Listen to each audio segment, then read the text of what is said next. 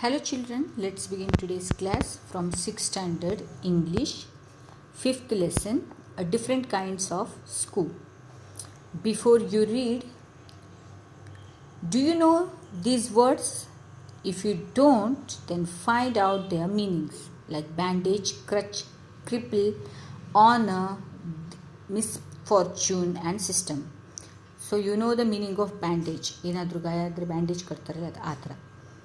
ಕ್ರಚ್ means it's a long stick, ನಡಿಲಿಕ್ಕಾಗದೇ ಇರುವಾಗ ಒಂದು ಲಾಂಗ್ ಸ್ಟಿಕ್ ಮೇಲೆ ಸ್ಟ್ರೆಂತ್ ಹಾಕಿ ನಡಿತೀವಲ್ಲ ಅದಕ್ಕೆ ಕ್ರಚ್ ಅಂತಾರೆ. ಕ್ರಿಪಲ್ ಅಂದರೆ ಅನೇಬಲ್ ಟು ವಾಕ್, ಅಂದರೆ ಬೇರೆದು ಒಂದು ಸಹಾಯದಿಂದ ನಡಿತೀವಿ ನೋಡ್ರಿ, ಆ ಉದ್ದ ಸ್ಟಿಕ್ ಥರ ಇರ್ತದೆ, ಇಲ್ಲಿ ಕಬಲ್ನಲ್ಲಿ ಹಿಂಗೆ ಹಾಕ್ಕೊಂಡು ನಡೀತಾ ಹೋಗ್ತೀವಲ್ಲ ಅದಕ್ಕೆ ಕ್ರಿಪಲ್ ಅಂತ ಹೇಳ್ತೇವೆ. ನೆಕ್ಸ್ಟ್ ಆನರ್ ಅಂದರೆ ಆನರ್ ಮಾಡೋದು ಅಂತ ನಿಮಗೆ ಗೊತ್ತಿದೆ. Then misfortune, by mistake by misfortune ನಾವೇನು ಬರ್ಕೊಂಡು ಬಂದಿರ್ತೀವಿ ಆ ಮಿಸ್ಫಾರ್ಚೂನ್ ಚೇಂಜ್ ಆಗಿರ್ತದೆ ಅಂದ್ಕೊಂಡು. Then system means the arrangements what they have done. So look at the picture of this unit and guess in what way this school may be different from the other school. The different kind of school, how this school is different from other school, we'll come to know in the end of this lesson. I had heard a great deal about Miss Beam's school, but not till last week did the chance to come to visit it. The who is writing this lesson, he is telling that he has heard about the great deal about the Miss Beam school. ಈ miss beam ಅನ್ನೋರು ಸ್ಕೂಲನ್ನ ಬಗ್ಗೆ ಕೇಳಿದ್ದೀನಿ, but visit ಮಾಡೋಕ್ಕೆ ಒಂದಿನೂ ಆಗಿಲ್ಲ, but ಈಗ visit ಮಾಡ್ತಾ ಇದ್ದಾರೆ. When I arrived, there was no one in the sight but a girl of about 12. Her eyes were covered with a bandage. When he came to visit the school, in that surroundings no one was there but a girl of 12, ಒಂದು 12 ವರ್ಷದ ಹುಡುಗಿಯಲ್ಲೂ ಇದ್ಲು, but she has covered her eyes with the bandage and she was being led carefully between the flower beds by the little boy who was about 4 years younger. ಅವಳು ಕಣ್ಣಿಗೆ ಕಟ್ಕೊಂಡಿದ್ದಕ್ಕೆ ಒಂದು 4 years ಹುಡುಗ ಅವಳಿಗೆ guide ಮಾಡ್ತಾ ಇದ್ದಾನೆ. ಆ ಫ್ಲವರ್ ಬೆಡ್ ಅಂದರೆ flowers ಇದೆ, ಅಲ್ಲಿಂದ ನಡ್ಕೊಂಡು ಹೋಗೋಕ್ಕೆ that little boy is helping for her. She stopped and it looked like she asked him who had come. ಅವಳಿಗೆ ಕಣ್ಮುಚ್ಚಿದ್ರು ಯಾರೋ ಬಂದಿದ್ದು ಎಹಸಾಸ್ ಆಗುತ್ತೆ, ಅದಕ್ಕೆ ಕೇಳ್ತಾಳೆ ನಡೆಯುವಾಗ ಸ್ಟಾಪ್ ಮಾಡಿ, ಹೂ ಹ್ಯಾಸ್ ಕಮ್, ಯಾರು ಬಂದಿದ್ದಾರೆ ಅಂತಾಗೆ. He seemed to be describing me to her. ಆ ಹುಡುಗ ಅವಳ ಬಗ್ಗೆ, ಅವನ ಬಗ್ಗೆ ಯಾರು ಬಂದಾರಲ್ಲ ಈಗ ಬರಿತಾ ಇದ್ದಾನಲ್ಲ ಅವ್ರ ಬಗ್ಗೆ ಹೇಳ್ತಾ ಇರೋಂಗೆ ಅನಿಸುತ್ತೆ. ದೆನ್ ದೇ ಪಾಸ್ಡ್ ಆನ್, ಅದನ್ನು ಹೇಳಿಕೊಂಡು ಅವ್ರು ಪಾಸಾಗಿ ಹೋಗ್ತಾರೆ.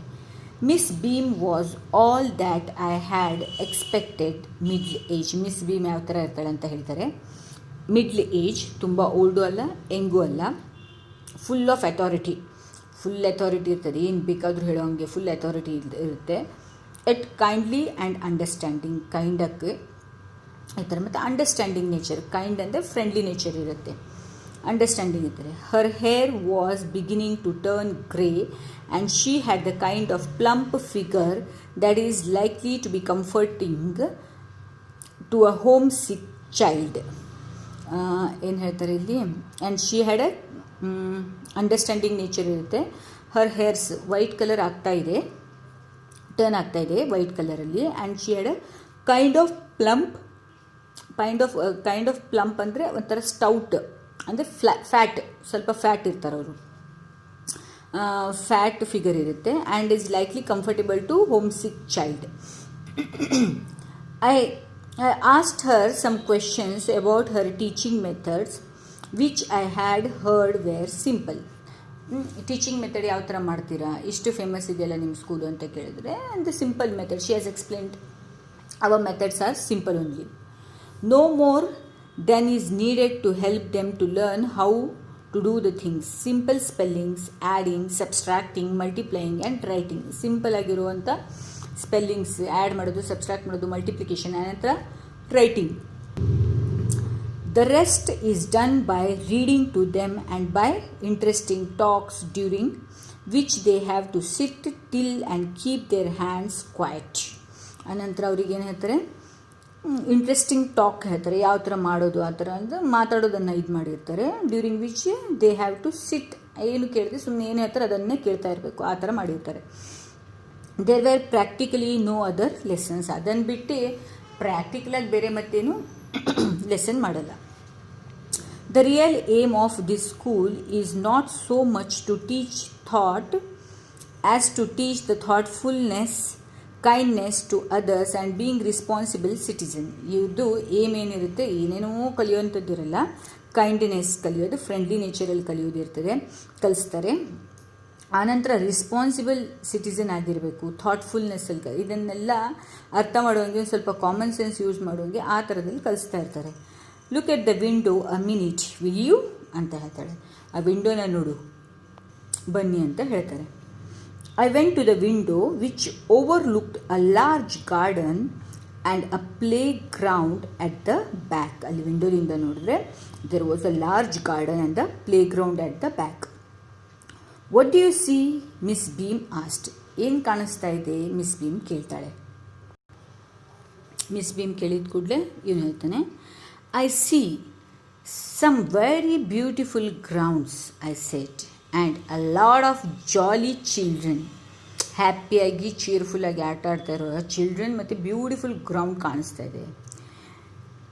It pains me though to see that there are not all so healthy and active looking. But ಇದೆಲ್ಲ ಇದ್ದರೂ ತುಂಬ ಹೆಲ್ದಿ ಮತ್ತು ಆ್ಯಕ್ಟಿವ್ ಇರುವಂಥವ್ರು ಏನು ಕಾಣಿಸ್ತಾ ಇಲ್ಲ ಅಂತ. When I came in I so one poor little girl being led about. She has some trouble with her eyes. ಒಂದು ಹುಡುಗಿನ ತಂದಲ್ಲಿ ಹೀಗೆ ಕೂಡಿಸ್ತಾ ಇರ್ತಾರೆ, ಅವಳಿಗೆ ಕಣ್ಣಿನ ಪ್ರಾಬ್ಲಮ್ ಇರ್ತದೆ. seems to be her eyes were trouble. Now I can see two more with the same difficulty. ಮತ್ತಿಬ್ಬರಿಗೆ ನೋಡ್ತಾರೆ, ಅವರಿಗೂ ಅದೇ ಡಿಫಿಕಲ್ಟಿ ಇದೆ, ಕಣ್ಣು ಕಾಣಿಸ್ತಾ ಇರೋಂಗೆ. And there is a girl with the crutch watching the others to at play. ಮತ್ತೊಂದು ಹುಡುಗಿಗೆ ನೀಟಾಗಿ ನಡಿಲಿಕ್ಕೆ ಬರ್ತಾಯಿಲ್ಲ, ಆ ಕ್ರಚ್ ಹಿಡ್ಕೊಂಡ್ರೆ ಅಂದರೆ ಆ ಉಡ್ಡಿಂದ ಇದು ಇರ್ತಲ್ಲ, ಕೈಯಲ್ಲಿ ಹಿಂಗೆ ಹಿಡ್ಕೊಂಡು ನಡೀತಾರಲ್ಲ, ಅದನ್ನು ಹಿಡ್ಕೊಂಡು ಬೇರೆಯವ್ರು ಆಟ ಆಡೋದನ್ನು ನೋಡ್ತಾ ಇದ್ದಾಳೆ. She seems to be a hopeless cripple. ಅವಳು ಲೇಮ್ ಆಗಿರ್ತಾಳೆ, ಅಂದರೆ ಕುಂಟು ಥರ, ನೀಟಾಗಿ ನಡಿಲಿಕ್ಕೆ ಬರಲ್ಲ, ಕುಂಟಿ ಥರ ಇರ್ತಾರೆ, ಆ ಥರ ಕಾಣಿಸ್ತಾ ಇರ್ತಾಳೆ. Miss Beam Loft. ಇದನ್ನೆಲ್ಲ ನೋಡಿದ್ದವ್ರು ಎಕ್ಸ್ಪ್ಲೇನ್ ಮಾಡ್ತಾರೆ. ಆವಾಗ ಮಿಸ್ ಬೀಮ್ ಹೇಳ್ತಾರೆ loft.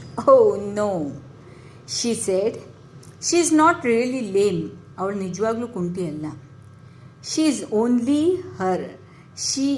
Is only her lame day. ಇದು ಅವಳ ಲೇಮ್ ಡೇ, ಅಂದರೆ ಇವತ್ತು ಅವಳು ಕುಂಟಿ ಥರ ಇರಬೇಕು ಅಂದ್ಕೊಂಡು ಹೇಳ್ತಾರೆ.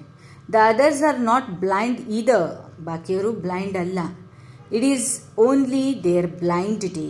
ಇವತ್ತು ಅವರು ಬ್ಲೈಂಡ್ ಆಗಿರಬೇಕು, ಬ್ಲೈಂಡಾಗಿ ಆ್ಯಕ್ಟ್ ಮಾಡಬೇಕು, ಅದಕ್ಕೆ ಅವರ ಬ್ಲೈಂಡ್ ಡೇ ಅಂತ ಹೇಳ್ತಾರೆ. I must have looked very surprised for she loft again. ಈ ಥರ ನಕ್ಕಿದ್ಕೊಳ್ಳಿ ಇವನಿಗೆ ತುಂಬ ಸರ್ಪ್ರೈಸ್ಡ್ ಆಗುತ್ತೆ, ಯಾಕೆ ಈ ಥರ ನಕ್ಕಿದ್ರು ಇವರು ಅಂದ್ಕೊಂಡು he was very much surprised. So will continue in the next class. Till here hope you understood this. Thank you children.